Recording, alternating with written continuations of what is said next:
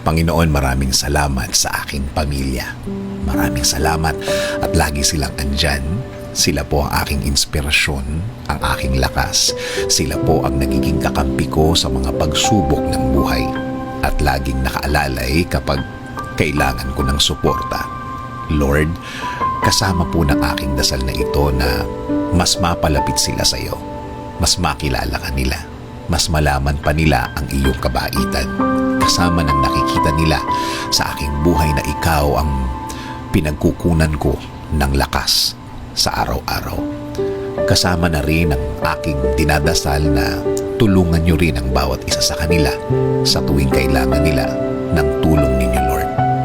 Tulad na lang ng pagtulong na ginagawa mo para sa akin every time na kailangan ko po ng tulong niyo.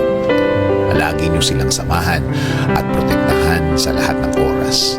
Alam ko na napakadelikado na sa labas at kailangan nila ng proteksyon ninyo sa mga buhay nila, kasama na ang kani-kanilang mga trabaho. Ikaw, Panginoon, ang nakakaalam ng lahat ng kanilang pinagdadaanan. Alam mo kung anong mga pagsubok ang dumadating sa kanila.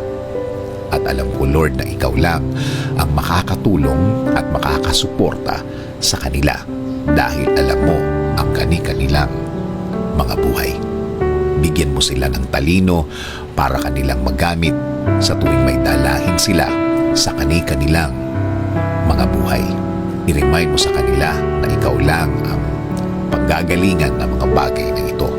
Mga tulong na ikaw lang ang makakaprovide. Tulungan niyo rin po ang pamilya kong may pinagdadaanan sa kani-kanilang araw. Mga taong ayaw magsalita tungkol sa kanilang mga problema at nagdesisyon na lang na manahimik na lamang and decided to keep it to themselves.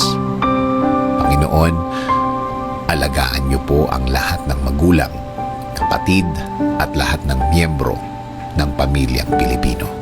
Patuloy niyo kaming ilayo sa lahat ng uri ng sakit. Ilayo niyo po kami sa lahat ng uri ng masama. Manatili po sana ang inyong peace sa aming mga puso at isipan. Patuloy niyo pong i-guide ang aking buhay. Bigyan niyo po palagi ng direksyon ang aking araw-araw at ng aking buong pamilya.